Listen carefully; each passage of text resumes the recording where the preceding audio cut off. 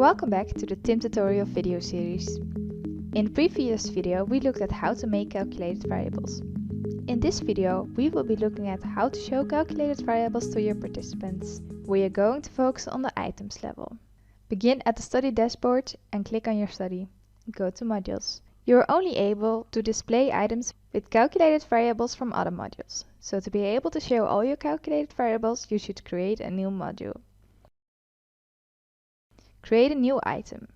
The item type does not matter for this. Click on Dynamic Text and a pop-up screen will appear. Click on Dynamic Text and select your calculated variables in the list. In your preview screen a code will appear. This will show a number once the participant has filled in the questions used to calculate a new variable. You can also set a time rule to your results, so the participant is only able to see the module once the items used for the calculated variable are answered. For more detailed timing rules, check out the website. Go to the intervention page.